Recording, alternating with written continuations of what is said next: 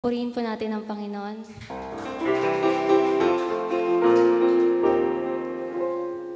Last Sunday po, nung maghahandog yung mga bata, kinakabahan po talaga ako. Paulit-ulit ko sinasabi kay Pau, kinakabahan ako.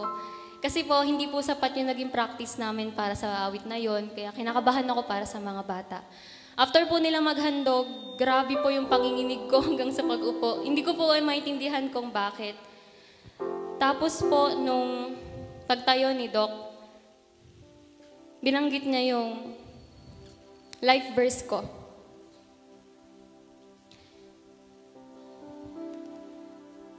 At sabi ko, sorry po. Itong month ng September po ay birth month ko.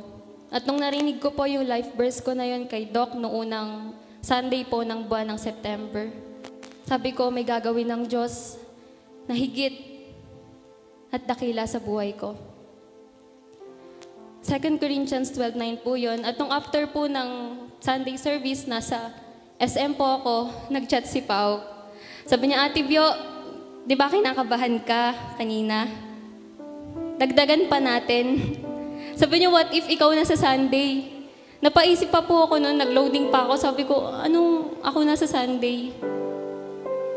Ikaw na sa Sunday, ikaw na daw, sabi ni Doc. Pero yung pag-message niya po ng ikaw na daw, iba po yung dating sa akin. Sabi ko, Panginoon, ako na ba talaga? Sabi ko, bigyan mo ako ng salita kung ako na ba talaga. Sabi niya sa akin, hindi pa ba sapat?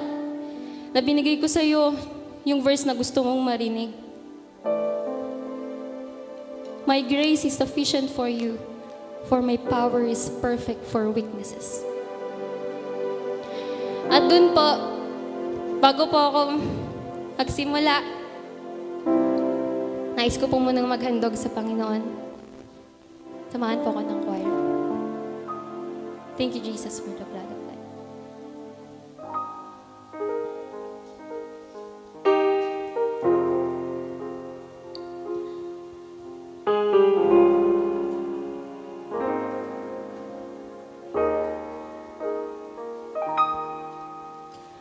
I was a wretch. I remember who I was. I was lost. I was blind. I was running out of time. Sin separated. The bridge was far too wide. But from the far side of the chasm, you held me in your sight. So you made a way across the great divide. Left behind heaven's throne to build it here inside.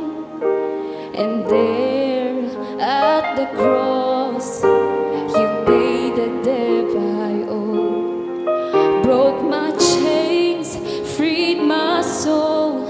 For the first time I had hope. Thank you, Jesus, for the blood applied.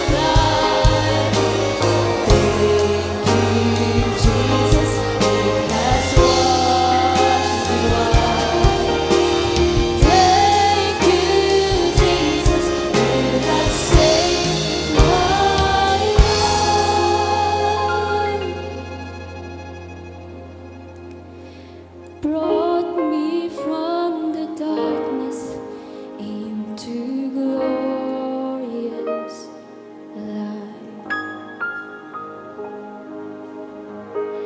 Glory to His name. Glory to His name.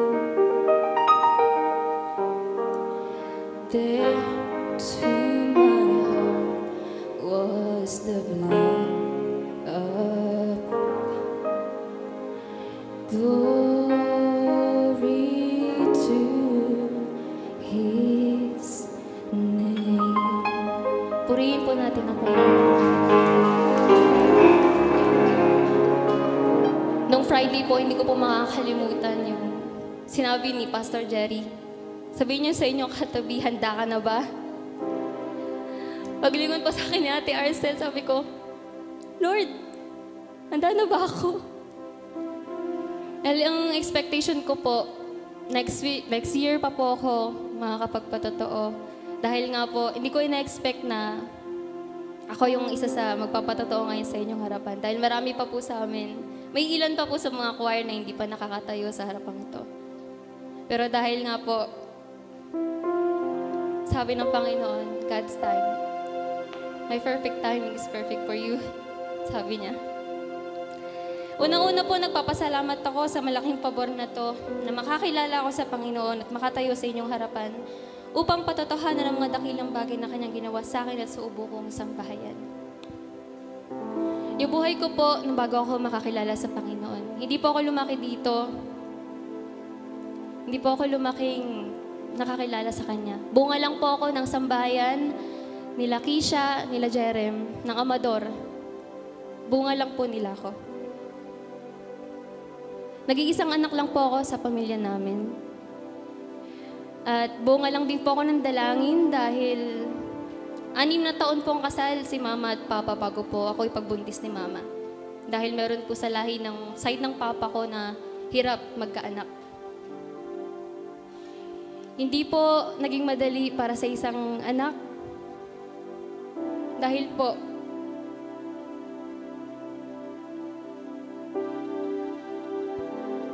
hindi ko man po naranasan yung naranasan ng ibang nagpatotoo dito, na bunga ng kahirapan,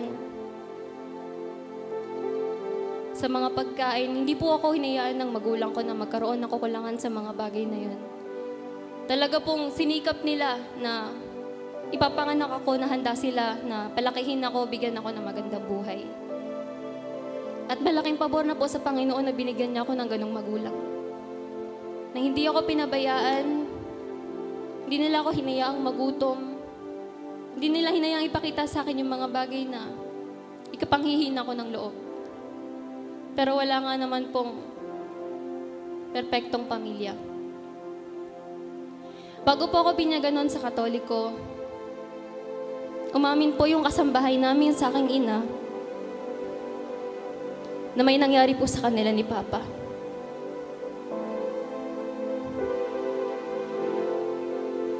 Doon po nakwento sa akin ni Mama na kung hindi ka pinanganak, natagal na kaming wala ng Papa mo.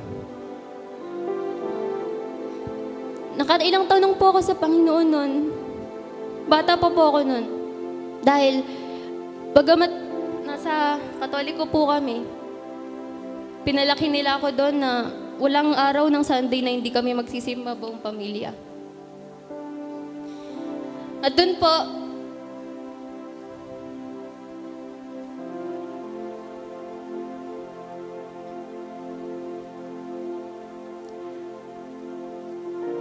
sinabi ni Mama sa akin na dahil niya hindi niya maiwan si Papa dahil po sa akin, napatanong ako sa Panginoon na bakit pa ako pinanganak? Kung makikita ko naman din pala na ganito nahihirapan yung mama ko. Daddy's girl po ako, mama's girl din dahil nag-iisa nga po akong anak. Lumaki po ako na minimit yung expectation ng magulang ko. Academics, sports. Ang pinaka-sport ko po talaga volleyball. Pero dahil walang anak na lalaki si Papa, pinilit niya ako mag-taekwondo. Wala po akong sariling desisyon ng time na yun. Hindi ko po mapili yung gusto kong sport, academic, dahil nakafocus po ako na ma-meet yung expectation nila dahil lagi isang anak nga po. At sa side ng sambahayan ng papa ko, lagi po nilang minamaliit yung side ni mama. At dahil po doon, sa kahirapan ng sambahayan namin, hindi magkaunawaan, uuwi po ako galing school, nakakalat yung mga gamit ni papa dahil nag-aaway po sila. Nakikita ko yung nanay ko, umiiyak nakatalikod, nakahiga. Wala po akong magawa. At isang araw nagdesisyon si mama na mag-ibang bansa, grade 2 po ako noon. Wala na po akong masabi. Kasi nakikita ko yung paghihirap niya sa relasyon nilang dalawa ni Papa. Pumayag na lang po ako. At di ko po inaasahan na doon na pala magsisimula yung totoong pagsubok sa sambahayan namin. Nung elementary po ako, simula nang umalis si Mama. Yung nag-aalaga po sa akin ay kapatid ng mama ni Papa. Lola ko din po yun. Sa kanya nagpapadala si Mama para sa tuition ko dahil sa private school po ako nag-aaral. Elim Christian School of Binangonan po. Christian school po siya. Doon po ako nursery, prep, kinder hanggang grade 6. Doon po ako nag-aral. Pero doon din po nagsimula. Nabubuli po ako dahil private school po yon. Mas lamang po yung mga mapera talaga. Yung pambubuli po nila physically po. Yung mga teacher po doon, sinasabunutan ako. Pineperahan po ko. Kinukuha po yung mga pera ko, yung baon ko. Pero hindi ko po makausap si Mama noon dahil ang may contact lang po sa kanya yung nagbabantay sa akin. May isa pa pong pangyayari. May service po kami noon. L3 po. May kasama po doon, bukod sa driver, yung naglalagay po ng mga gamit namin. Hindi po to alam ni Mama. Nanonood siya ngayon. Lahat po ng pinagdaanan ko sa mula ng bata hanggang sa mga oras na to, halos hindi alam ni Mama. Dahil nasa ibang bansa po siya, uuwi siya, 1 linggo lang siya dito, babalik na siya agad doon. Yung katulong po ng driver namin sa L3 na yun, pinatabi ako sa tabi niya, lalaki po siya. Hinipuan niya po ako. Ilang buwan ko pong tiniis yun, na paulit-ulit. Hindi po ako makahingi ng tulong. Kasi, yung kinuha po nila Mama at Papa na magbabantay sa akin, yung pinapadala po ni Mama, pinangiinom nila. At yung babae ni Papa, kaibigan nung nagbabantay sa akin. Tuwing tinatry ko po silang pakiusapan, binubugbog nila ako. Yung tito ko, kinikwelyuhan niya ako. Binabantaan niya ako na kapag nagsumbong ako. Hindi ko daw magugustuhan yung gagawin niya sa akin. Bata pa po ako nun, kaya nandun na po yung takot. At dun po, nagpapasalamat ako sa Panginoon dahil hindi niya ako pinabayaan. Nandun yung pagpe-preserve niya sa akin dahil bagamat may mga kasama akong kabataan na nagdodroga, naninigarilyo, nagiinom. Nilagay niya po sa puso kong kamuhian yung mga bagay na yun. Dahil yun po yung nakikita ko sa sambahayan ko na walang naidudulot na maganda. Kaya kinamumuhian ko po yung paglalasing, kinamumuhian ko po ang paninigarilyo. Tuwang-tuwa po ako sa Panginoon, na-realize ko na narito ako ngayon, na hindi niya ako hinayaang maranasan yung mga bagay na yun. Nagamat nandun yung mga pagsubok.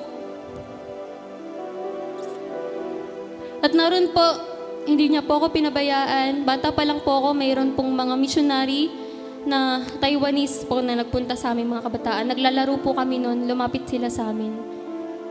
Nais daw po nilang ipakilala sa amin kung sino ang Panginoong Jesus. Dinala nila kami sa maliit nilang kapilya. Hindi ko na po maalala kung saan banda sa lugar ng Binangonan yun. Para po siyang bahay na ganito din ang itsura. Doon ko po unang naranasan ng slain in the spirit. Dahil meron po silang ganun. Hindi ko po maintindihan nung bata pa ako dahil bata pa po talaga ako nun. Pero naaalala ko pa po siya. Dahil doon po nagsimula ako maging Kristiyano. Nung maranasan ko po yung slain in the spirit na yun, dahil nga po yung mga misyonary na yun, sandali lang po sila doon, hindi sila magtatagal. After po nilang umalis, nagsimula na po ako maghanap ng mga matutuluyang ma-attendan na Christian din. Pero hindi po ako ma-attend nung sa school dahil nga po siguro kinatisuran ko po yung mga teacher ko doon na ibang ugali, sasama ng ugali, pero mga Kristiyano. Naghanap po ako, narating po ako sa CCF, ng BCCF. Sa muna ko pong edad, nalaman po nila yung marunong po akong umawit. Sa kanila po kasi mabababaw po eh. Sa kanila po, pag marunong ka umawit, mag-practice ka lang ng ilang linggo, papaawitin ka na nila sa harapan. Ganun po yun. Madaling salita po, naging song lead po ako doon. High school pa lang po ako nun. Hindi ko pa po alam ang ibig sabihin ng isang mga awit sa Panginoon. Basta lang po kung maawit ko, anong ibigay na awit sa akin, aawitin ko lang. Pero wala po dun yung emosyon. Wala po dun yung kalaliman ng relasyon ko sa Panginoon. At dun nga po, nung grade 8 ako, nakilala ko si Jerem. Kaklase ko po siya. At dahil bata-bata pa, may mga crush-crush pa po. Naging crush ko po siya sa madaling salita. At dun po, ako po kasi pag nagka-crush po ako, hindi po nagtatagal talaga. Minsan po, sandali lang, ayoko na dyan. Iba po sa kanya.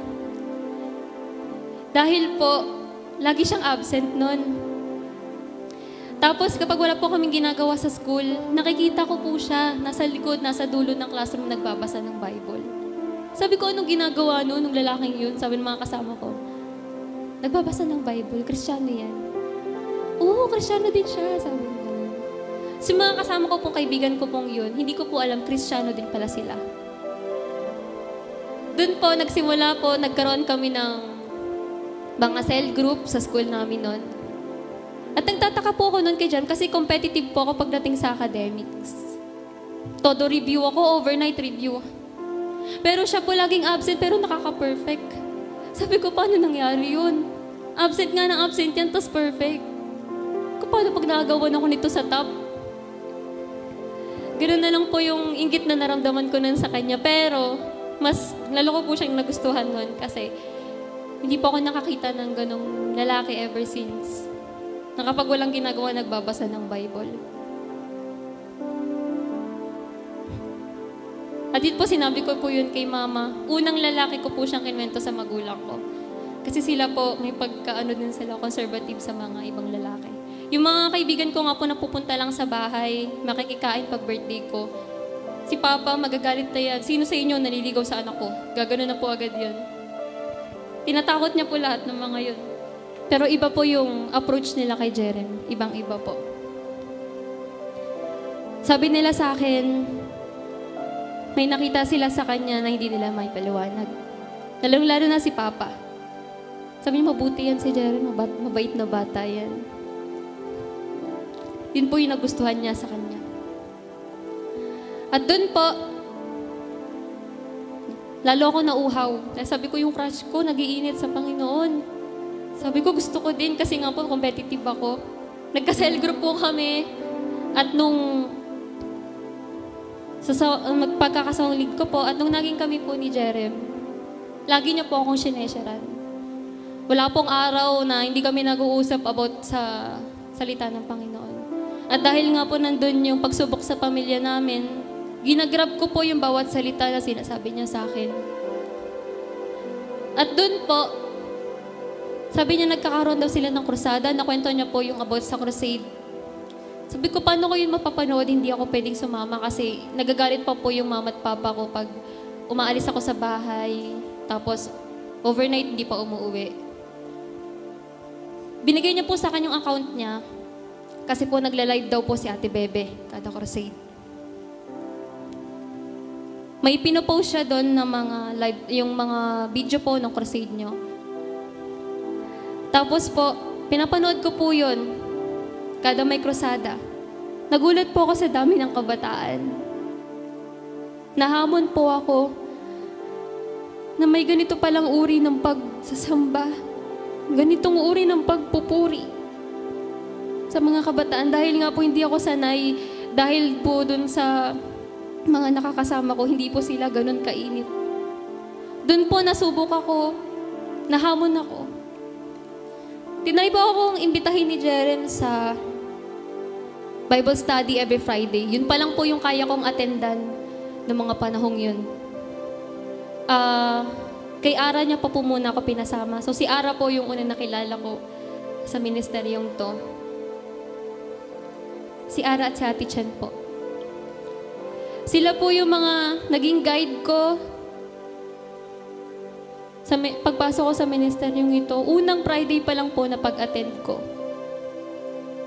Ay bago pa po pala ako maka-attend ng Bible study, naka-attend na po ako ng crusade sa Kalumpang. Krusada niyo po yan sa Kalumpang.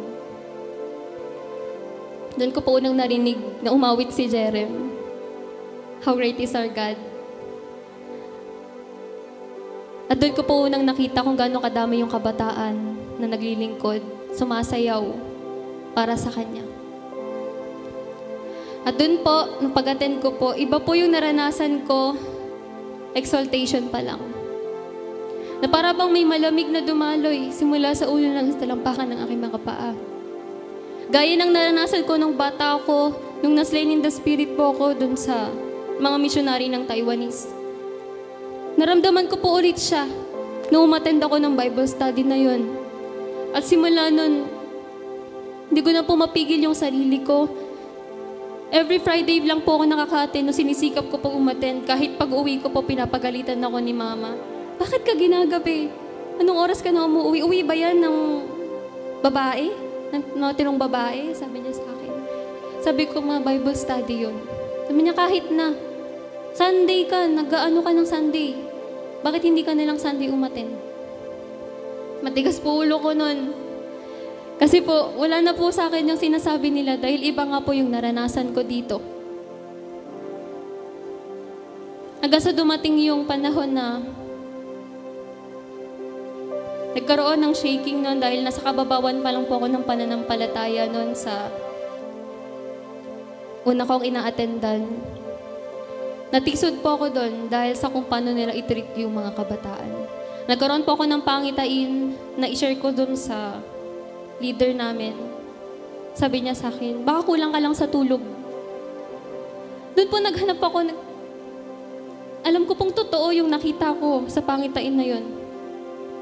Sasabihan niya kung kulang lang ako sa tulog. At na-realize ko po yun. Sabi ko, Panginoon, anong kalooban mo? Nais ko pong maglingkod. Nandun po yung kauhawan ko na magamit yung kabataan ko sa paglilingkod. At doon sinabihan ako ni Ara. Sabi niya sa akin, humingi ka ng sign sa Panginoon kung anong nais niya para sa'yo. At doon po humingi ako unti-unti ng sign. At ang huling sign po na binigay niya sa akin ay yung sinabi ni Pastor Boy.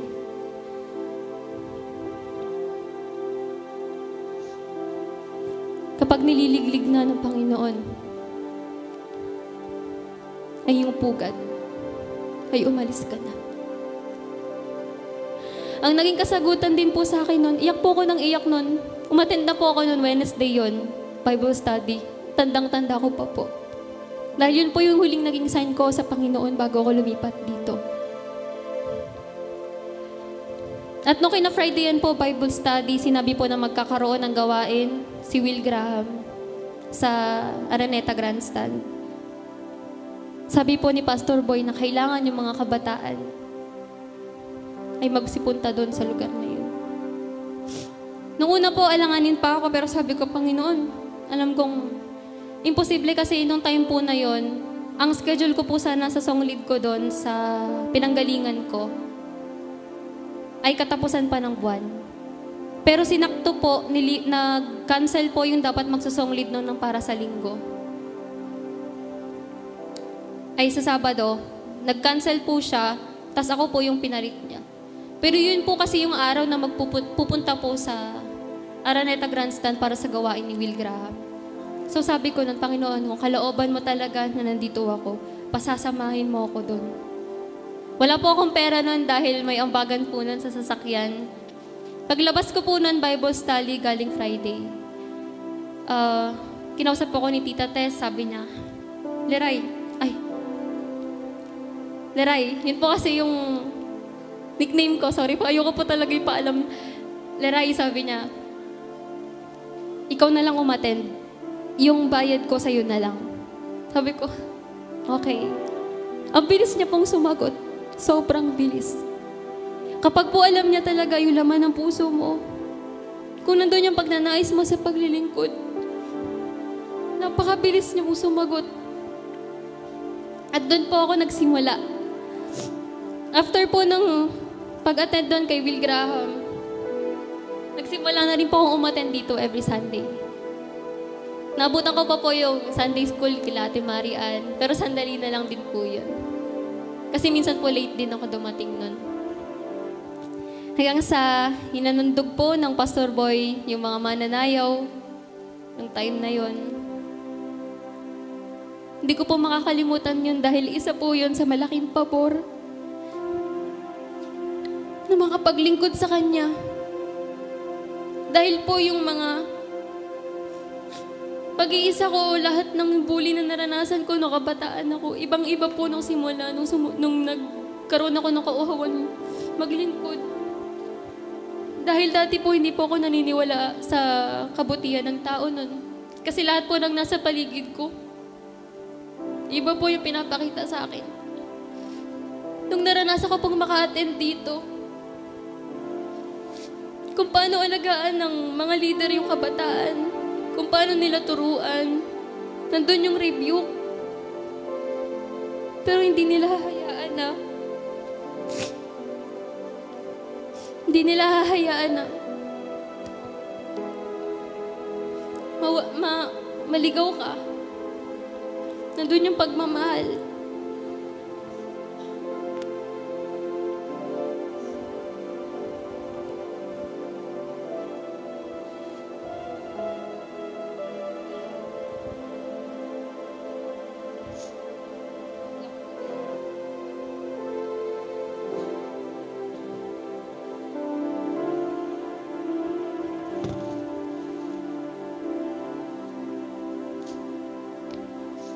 Sabi nga po sa Matthew 16:24-26. Ito po yung binigay na salita ng Panginoon sa akin. Nung ako'y magtanong po sa Kanya about sa paglilingkod po sa pagsasayaw. At sa pag-awit, na magkagayon sinabi ni Jesus, Matthew 16:24-26 po. Sa kanyang mga alagad, kung sino mang tayo ibig sumunod sa akin ay tumagi sa kanyang sarili at pasanin ang kanyang krus at sumunod sa akin.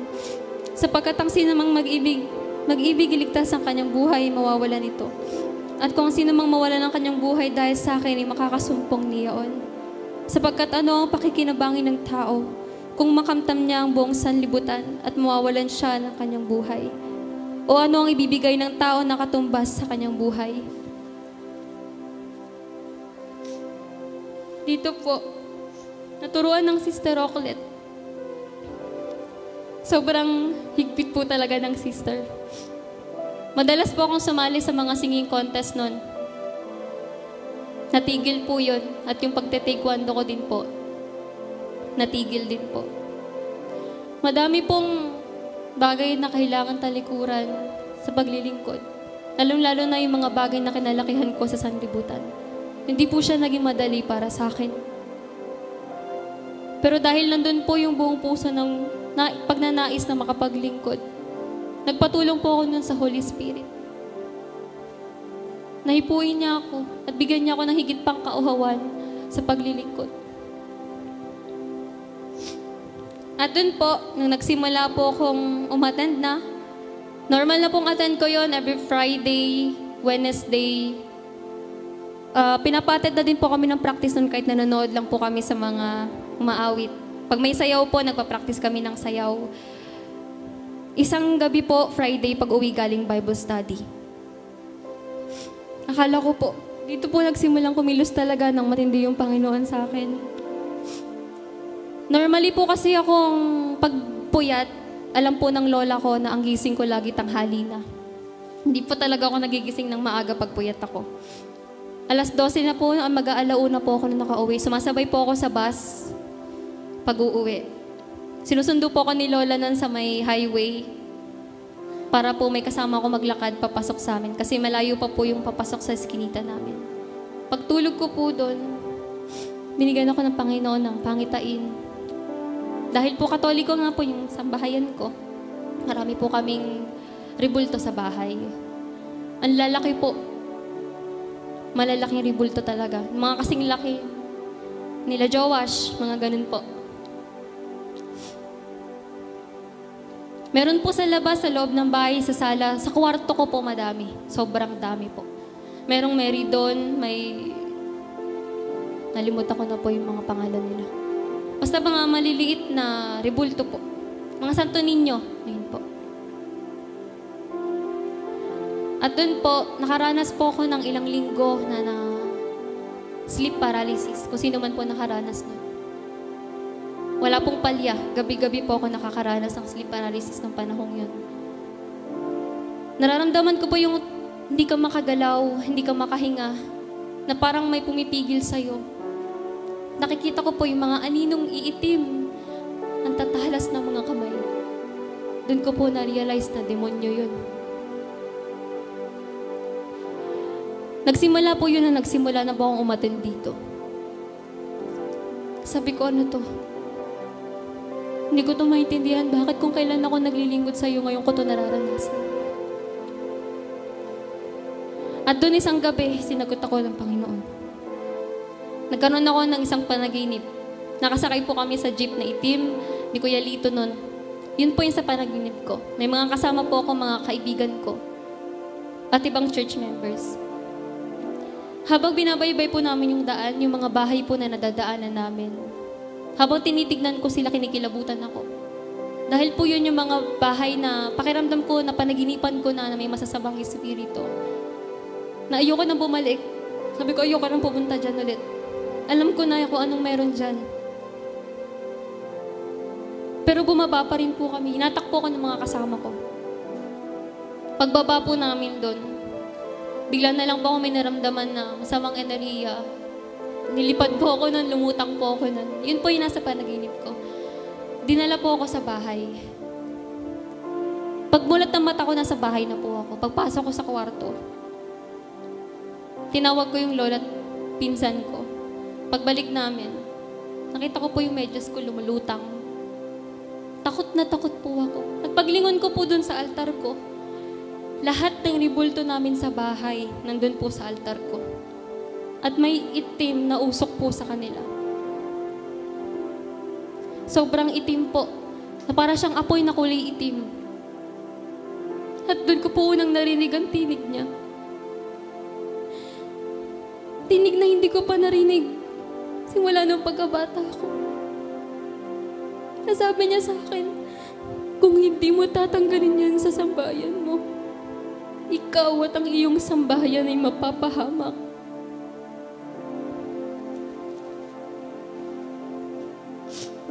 Doon po, sobrang nawala po yung takot ko nung narinig ko yung boses na yun. Sobrang, hindi ko po maipaliwanag. Sobrang powerful, buong buo. Yung tipong kahit tuhod ko nung nanginginig. Ramdam na ramdam ko po yun kahit nasa panaginip lang ako. At doon po, pagkarinig ko nun, lumutang ako. May t-shirt po ako suot, kulay dilaw. Na kapag nirarambol po yung letter, may nabubuo pong Jesus na pangalan. Bigla po ako nagising pagkatapos nun. Nanginginig po ako. at hinang-hina na para bang pagod na pagod, naghahabol ng hininga. Sabi ko, hindi pa naginip yun. Dahil paggising ko po, na para akong ginising ng kung sino man. Wala pa akong katabi. At nagulat po yung lola ko dahil sumisigaw ako, "Lola, Lola," na naginip ako. Pumunta po siya dun sa kwarto, narinig niya ako. Sabi niya, "Ang aga mong nagising." Kasi nga po, pag puyat ako, hindi po ako nagigising ng maaga. 5:00 po yung nagising ako. Tanda ko pa po yung oras na. Sabi ko, pinapatanggal ng Panginoon sa atin yung... Si Lola po, naintindihan niya po kasi nasyasharan ko na po siya nun. Sa kanya ko po sinasabi lahat ng mga natututunan ko, naririnig ko po dito nun. At sabi niya, "Ay, Day, ayoko, Day. Mapapatay ako ng papa mo." Kasi po, takot na takot po talaga sila kay Papa. Nasabi ko, "Ay, baka panaginip lang. Sige, matutulog na lang." Pero yung totoo po, nanginginig pa rin po ako nung time na yun. Pag gilid ko po nun, may damit po ako nakasampay. May nakasulat.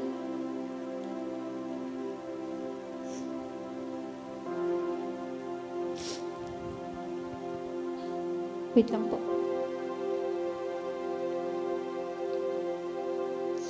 Romans 8:31. If God is for you, who can be against you? Yun po talaga yung nakasulat sa damit. If God is for you, who can be against you? Dahil nagdalawang isip pa po ako nun dahil takot din po ako nun kay Papa. Pero dahil nandun na nga po yung salita, sinulat ko po muna lahat ng yun sa papel, lahat ng nakita ko sa panaginip na yun. At pagkatapos nun, buti na lang po, naunahan na po ako na may elder na nagturo sa akin na kung darating man yung araw na uutusin ako ng Panginoon. Basahin ko ang Psalm 91 at bahiran ko na lang isang 4 na sulok ng aming sambahayan. Ganun po yung ginawa ko. At isa-isa ko pang nilabas yung mga rebulto na yun sa bahay. Sabi ko, kung itatapon ko to, may iba pang mga kagamit nito. Hindi pwede. Dahil alaga po nila mama yun, malinis po yun. Pinupunasan lagi. Kinakausap ko pa nga po yun ng bata ko eh. Dahil sabi nung nagmakit po ng isang pastor ng dati na, "Kausapin mo yan, hindi yan sasagot." Sabi ko, "Anong pangalan mo?" Hindi siya sumasagot. "Sampalin mo yan, hindi yan aaray." Kinukurot ko yung pisngi ng Mary nung hindi naman umaaray. Ay, bata pa po eh. Kaya nandun po, paglabas ko, nagulat na lang po, akala ko mag-isa lang ako. Maya-maya si Lola bit-bit na po yung ibang rebulto sa kwarto ko. Sumunod din po siya. Sinunog po namin yun. At habang sinusunog namin yun, paulit-ulit namin binabasa yung Psalm 91. Doon po unang nakilos ang Panginoon sa akin. Pero, akala ko po talaga doon nakikipagbako ako sa akin sa bahayan. Nakikipagsagutan ako kay Papa, kay Mama dahil sa ginawa ko. Pero until now po, hindi na bring up yun. Hindi nila napansin na nawala yun sa bahay namin. Ewan ko po kung napansin nila, hindi lang nila dinecide na pag-awayan namin. At yun nga po, nung tunay nga na hindi ka bibigyan ng Panginoon ng pagsubok na hindi mo kayang lagpasan. Kapag po kasi nakakarinig na ako ng salita, galing sa Kanya, hindi na po ako magdadalawang isip. Childlike faith po. Yun lang po yung dalangin ko nun sa Kanya.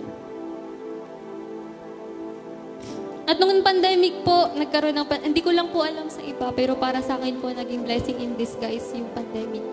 Dahil dito po, 2 beses ko pong natapos yung Bible. Araw-gabi po, madaling araw po kasi may live si Benihin. Nagla-live po siya, marami po siyang kasama, Asia. Zoom po yun. Lagi po akong ma-attend nun sa kanya. After po nun, mananood ako ng live niya, ng sharing niya. Sa gabi po, magbabasa. Minsan po tatawag pa sa akin si Lolo Eli. Gabi-gabi po yun ng pandemic. Wala po siyang palya sa pangangamusta sa akin. At lagi po siya nangihingi ng mensahe ni Benihin noon, na minemensahe ni Benihin. Sinusulat ko po yun, tinatranslate sa Tagalog, tapos isisend sa kanya. Tapos tatawag po siya ng gabi sa akin, pag-uusapan namin yung mensahe na yun.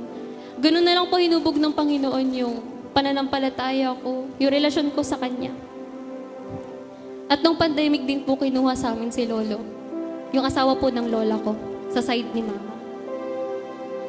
Doon po una nagkaroon ng gawain, ginamit po nun ng mga taga-Batingan.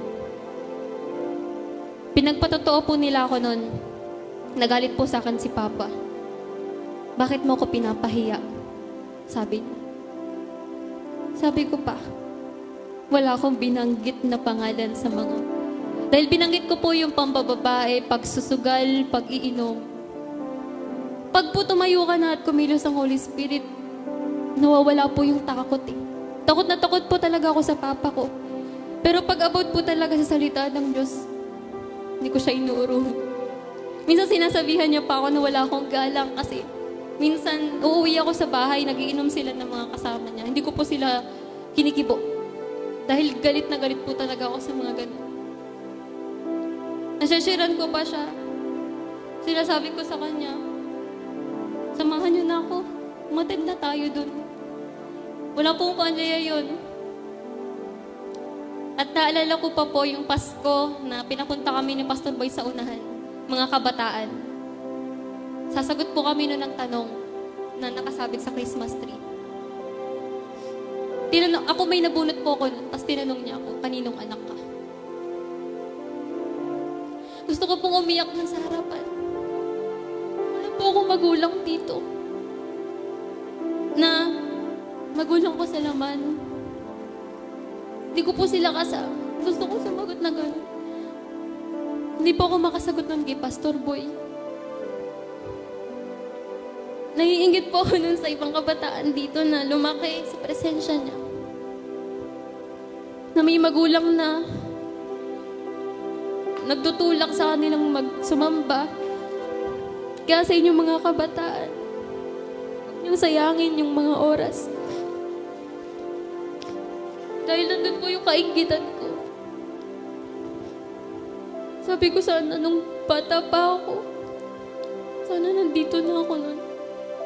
Dahil nung panahon po yung hirap na hirap ako nun makibagay sa mga kapatiran. Nahirapan po akong makisama. At yun nga po, nung pandemic po, binigyan din po kami ng Sister Honey ni Ara. Si Ara po yung una niyang pinabasa ng librong yun. Pangalawa po ako. Binigyan niya po ako ng libro ni Benny Hinn. Ng Good Morning Holy Spirit po yung title ng libro. Grabe po yung pagpupuno ng Panginoon nun sa akin para mapuno yung spirit ko. Mabusog. At di ko po alam na ihahanda niya po pala ako para sa mga darating. At post-pandemic po, nagkaroon ng hayo sa Morong. Kasama ko po sila, Mama Saling.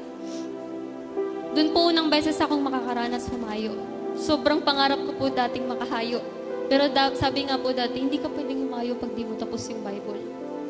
Kaya po nung pandemic, sabi ko, tatapusin ko na to. Ang akala ko isang beses lang. 2 beses ko po pala siyang matatapos. Dahil simula umaga po kay Benny Hinn hanggang gabi yun, nagbabasa po ako. At nung paghayo po namin, nakita ko, ang una pong naging sa akin ng pagsubok ay yung mga kabataan. Marami pong bata naglalaro nun. Simula Mama Saling po, nauna na po sila nun eh. Naiwan po kami nun nila. Si Jeren po medyo nasa unahan pa. Ang kasama ko po nun si Jasper. Lumapit po ako sa mga kabataan. Sige, try mo, sabi sa akin. Wala po ako masabi. Nanigas po yung dila ko ng time na yun. Hindi ko sila alam kung paano aakayin. Mga bata po yun. Mga kasing babata po ng mga tinuturuan namin ngayon sa Sunday School. Hindi ko po alam kung paano ko sa kanila ipapakilala ang Panginoon. Pag uwi po noon, umiyak ako. Sabi ko, naghanda ako para dito. Umiyak ako sa kanya. Sabi ko, akala ko okay na. Akala ko handa na ako. Bakit hindi ko magawang magsalita? Mga bata lang yun. Paano pa sa ibang matatanda? At dun po, nagkaroon ng Sunday School sa Morong. Sabi ng Sister Rocklet, Kami po ni Kisha ang mamamuna doon. Sabi ko, bakit ako? Doon nga lang sa paghayo para sa mga bata. Hirap na ako. Wala rin po akong karanasan talaga sa Sunday school. Hindi po ako nakaranas ng Sunday school bukod po sa naabutan kong sandaling Sunday school kila Ate Marian. Hindi po talaga ako nakaranas. Pero humingi po ulit ako ng salita ng sa Panginoon. Nasabi ko, kung kalooban mo to, bigyan mo ako ng salita. Bigyan mo ako ng sign ulit. At dun po sa panaginip ko, pinakita niya ulit sa akin. May isang bata pong nilalapitan ulit. Ang nakikita ko lang po kasi sa mga demonyo nun, aninong itim. Yun lang po yung nakikita ko. Papalapit po sila sa kanya. Hinarangan ko po yung bata. Pumikit na lang po ako kasi wala po akong magawa. Sa pagpikit ko pong, bigla ko pong may nagliwanag. At sa harap po namin ng batang yun, may nakaganon. Nakatalikod po siya. Nakadress na puti. At doon po alam kong Panginoon yun. At pagising ko po, sige, susubukan ko. Doon po kami nagsimula magturo sa mga bata sa Sunday School sa lugar ng Morong. Hanggang sa nalipat po dito sa Angono yung gawain, natigil po yun. Akala ko po hindi na mauulit. Akala ko po, okay na yun. Meron pa po pala. Masigit pa po yung ginawa ng Panginoon ngayon sa mga kabataan. At dun po, hanggang sa naging mga awit po ako, naging daluyan din po yung pandemic na yon dahil nawalan po masyado ng mga awit ang sister ng panahong yun. Pinahawak niya po ako ng mic. Sabi ko, sino ako? Para magamit mo sa ganitong paglilingkod. At yun po, hindi po naging madali yun dahil marami pong pagtatama, rebuke. Sobrang dami po. Sabi po, puti pa nga po na nandyan po sila Ate Abby, sila Ate Arcel, sila Ate Carol. Sinasabihan po nila ako na, wala pa yan. Wala pa yan sa mga naunang rebuke sa amin. Dati tinatanggalan kami ng mic harapan. Ganun po yung mga sinasabi nila. Sa ganung paraan po, nako-comfort ako. At yun po, binigay niya po sa akin yung salita sa Kawikaan 27 verse 5. Maigi ang saway na hayag kaysa pag-ibig na nakukubli. Doon po naramdaman ko yung pagmamahal ng isang leader sa pamamagitan ng pagre-review. Para po sa akin, mas masarap po na nare-review ka ng harapan. Dahil mas nakikita ko po yung pagmamahal nila kaysa patalikod. And then, kanong college life ko po, gagraduate na po ako noon, graduating na po ako. Kasagsagan po ng crusade sa Bulacan. Sunod-sunod po yung crusade noon sa Bulacan. Pero may thesis po kami noon. Sa mga nag-college po dito, sa mga nasa kolehiyo, alam naman po ng bawat isa yung hamon sa thesis. Sobrang hirap po. Dahil lalo-lalo na nasa science department po kami. Puro po scientific, puro ibang-iba po sa amin. At dun po, habang wala pong palya na umattend ako ng crusade, uma-absent ako sa mga meeting ng grupo namin.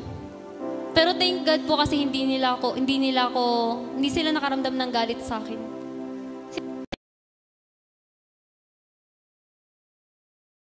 Akala ko po tapos na doon after po ng defense.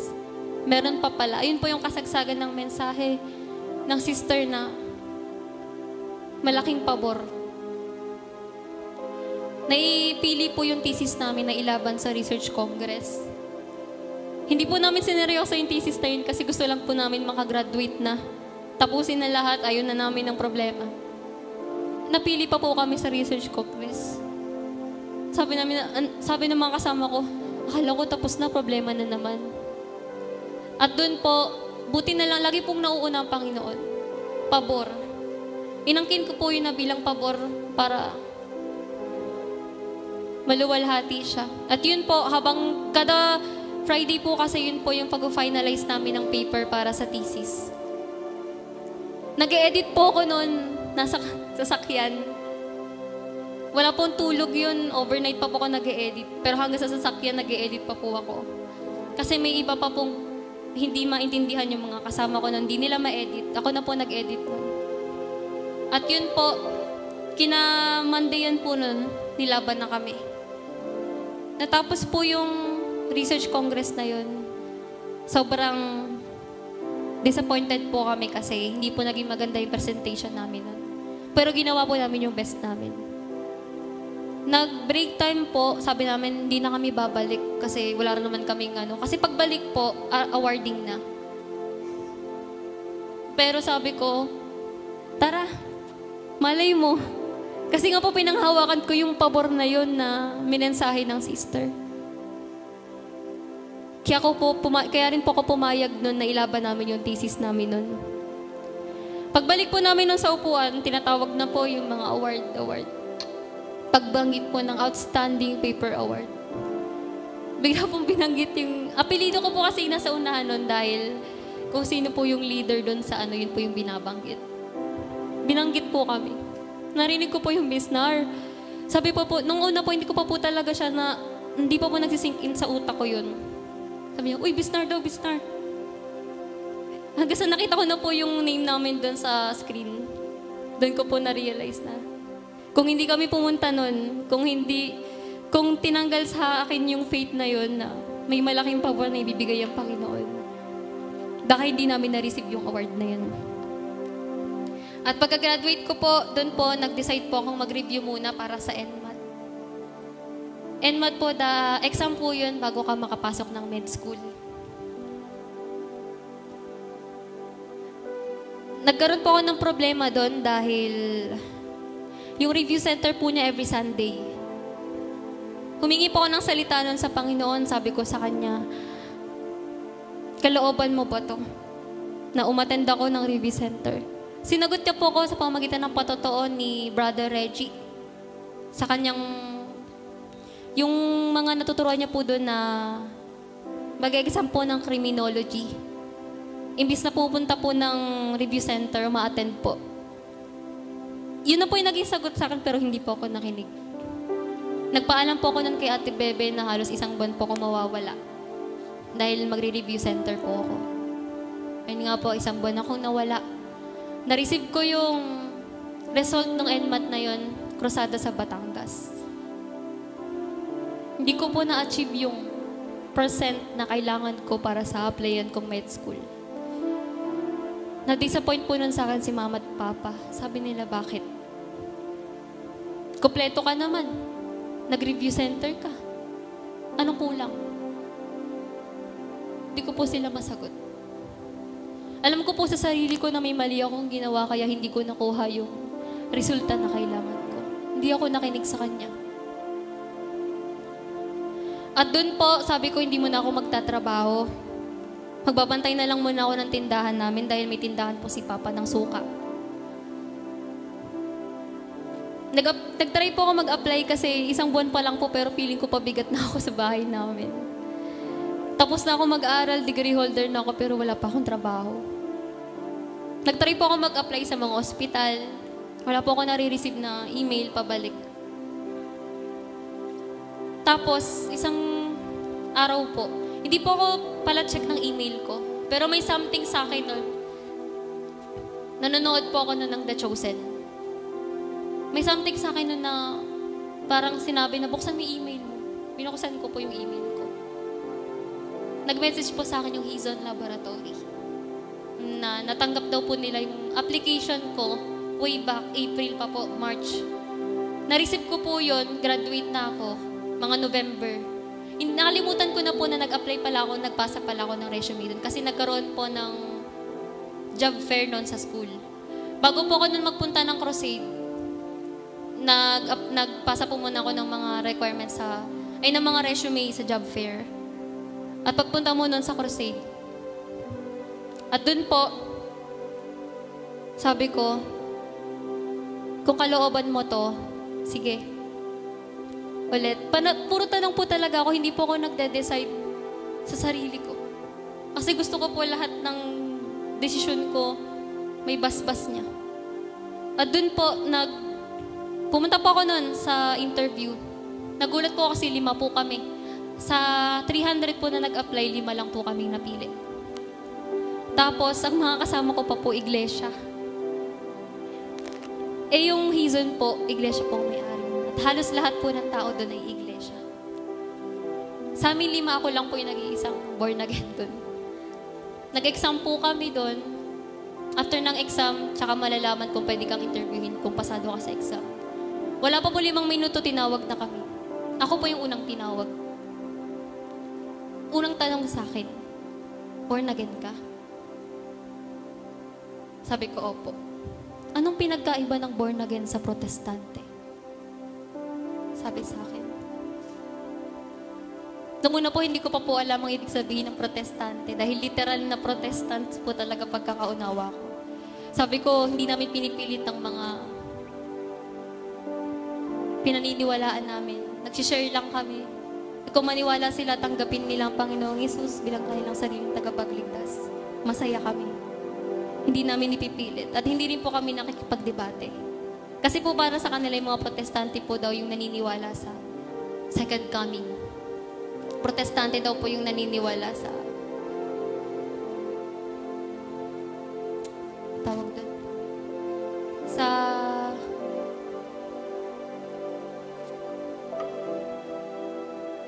yung pag-akyat po natin, rapture, ayun. Yun daw po yung mga protestante. Dahil nagkaroon po ng historyang Hizon na marami pong natanggal doon na protestante at natira ang mga iglesia. Sabi ko, wala na akong chance dito. Mga kasama ko, iglesia. Kinabukasan, nag-chat sa akin yung kasama ko sa interview na iglesia po. Vio, may nag-email ba sa'yo? Ano po yun, bandang 11 a.m. Pag-check ko po ng email ko, natanggap ko yung congratulations. Natanggap ka. At yung pag-receive ko po nung pagpirma sa kontrata po ay 1 p.m. na. So, ilang oras na lang po yun, antipolo pa po yun. Grabe po yung pagkakataon na binibigay ng Panginoon, na binibigay niya po talaga ako ng mga time. Perfect time po talaga. Pagdating ko po doon, pumirma ako. Sabi ko, Panginoon, nakapila pa po kasi kami nun para ma-receive po yung ng kontrata namin. Sabi sa akin, mag-antay ka. Ako lang po yung naiwan doon sa lobby. Nag-antay ako, sabi ko, Panginoon, alisin mo na ako dito kung hindi mo to kalooban kasi piling ko mati-disappoint ako. Bigla pong may lumabas na babae, may bit-bit po siyang mga bag. May nakasulat po doon sa bag niya, God's timing is perfect. Pagtalikod niya po, may nakasulat din sa bag niya, for me. Kaya po sabi ko, okay, God's will. Kaya po yun, tinanggap ko po yung kontrata na yun. At naalala ko po yung patotoo ng anak ni Nanay Iling na nagtrabaho po sa laboratory. Hindi po biro, lalo na kung overnight. Kasi 12 hours po kami sa trabaho, 6 to 6. Dumalangin ako sa Panginoon dahil nagsisimula na po yung Sunday school.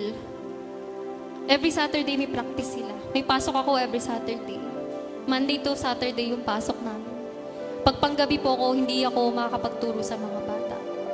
Sabi ko, Panginoon, kung kalooban mo talaga na nandito ako, bigyan mo ako ng sapat na oras, lalo na sa mga batang to. Nais kong maranasan nila yung mga bagay na hindi ko naranasan noong kabataan ko. At dun po, 7 years pong ina-apply yung compress week na yon. 7 years na nire-report yun sa mga boss, sa may-ari ng Hizon. Pero this year lang po natupad. Napirmahan po yung compress week namin, so wala na po kaming pasok every Saturday. 3 months lang po sana yun, simula July hanggang September. Pero dumalangin ulit ako, Panginoon, yung mga bata. At dun po, na-receive ko po last week lang. In-extend po nila hanggang January 2026 yung compress work namin. Na walang pasok ng Saturday.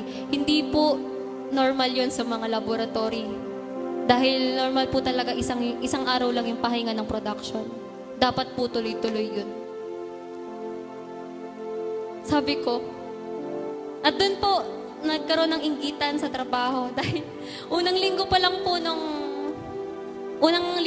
po nun sa trabaho, naalala ko, September 2024. September 23 po yun. Unang araw ko. Ang crusade po natin nun ay September 27. Unang linggo pa lang po, nag-apply na ako ng leave. Ng Friday. Sino pong, sabi po nila, hindi normal yun, bago ka pa lang mag-leave ka na agad. Kakapasok mo pa lang, magpa-file ka na agad ng leave. Nag-file po ako ng leave nun, ganun po yung, wala po akong kaalam-alam kasi unang trabaho ko lang po eh. Pinuntahan ko po mismo yung manager, kasi sabi sa akin, puntahan ko daw yung manager. Taka po sila nun. Kasi bakit parang ang tapang nito? Sabi nilang ganun. Takot na takot po sila sa manager namin. Pinirmahan niya po yun, sabi, anong religion mo? Kasi nakalagay po doon crusade sa nib ko. Hindi po ako naglalagay ng iba, crusade lang po nilalagay ko lagi sa mga nib ko. Sabi ko, born again po. Hindi na po siya nagtanong, pinirmahan niya na. At doon po, hanggang ngayon, wala po akong nib ng crusade na hindi niya pinipirmahan. Nandun po yung, kasi iba ko pong katrabaho, isang araw na leave lang po para sa birthday nila, hindi na sila pinapayagan. Birthday po nila yun. Kahit sa mga pagsamba nila ng mga iglesia, hindi rin sila pinapayagan. Pero ako po, doon po sa Buruanga, sa Baguio, lahat po ng leave ko na yun, pinirmahan niya. Kaya sabi nila, Bio, Kristiyana yung manager natin, oh. Sabi niya gano'n. Bakit yung mga leave mo lagi pinipirmahan?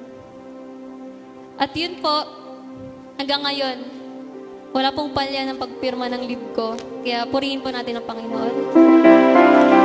At dun po, sa uli-ulihan po, yung sasambahayan ko po sa site ni Papa. Mas negative man pong balita sa kanila na nawala po yung papa ng papa ko. Last month lang po. Dahil sa sakit. At dahil yung lola ko po sumunod na halos siya sa hospital. Doon ko po unang narinig si Papa na magsalita na idalangin mo kami. Doon ko po unang narinig yung Papa ko umiiyak. Sabi ko pa, walang imposible sa kanya. Manampalataya ka lang. At doon po ngayon po, nakalabas na po yung lola ko sa ospital. 500,000 po yung nagastos nila dahil naoperahan yung lola ko. May pupo na po na lumabas sa intestine niya. Nakalabas na din po yung intestine niya. After ilang months pa daw po ulit yun ibabalik. Nandun po yung pagpapasalamat ni Papa na nakalabas si Mama. At si Mama na patuloy nagpapaalala sa akin na nakikita ko po yung kilos ng Panginoon ngayon sa aking mga magulang. Naroon na yung panonood nila lagi ng live. At yung papa ko po na hindi mahilig manood ng mga Christian movie, halos ngayon po yung The Chosen, matatapos niya na. Kaya alam kong higit at higit pa yung gagawin ng Panginoon sa akin at sa buo kong sambahayan. Kaya narito ako ngayon sa inyong harapan dahil sa biyaya. Narito ako sa ministeryong ito dahil sa biyaya. At lahat ng meron ako ngayon ay dahil sa biyaya. At sa lahat na ito na aking napagtagumpayan at mapagtatagumpayan pa, ay dahil sa biyaya. Dahil ayon sa kanyang salita, yung life verse ko po, 2 Corinthians 12:9. But he said unto me, my grace is sufficient for you, for my power is made perfect in weakness. Therefore I will boast all the more gladly about my weaknesses, so that Christ's power may rest on me. Sa Tagalog po, at siya'y nagsabi sa akin, ang aking biyaya ay sapat na sa iyo, sapagkat ang aking kapangyarihan ay nagiging sakdal sa kahinaan. Kaya't bagkus akong magpupuri na may malaking galak sa aking kahinaan upang manahan nawa sa akin ang kapangyarihan ni Kristo. To God be all the glory. Salamat.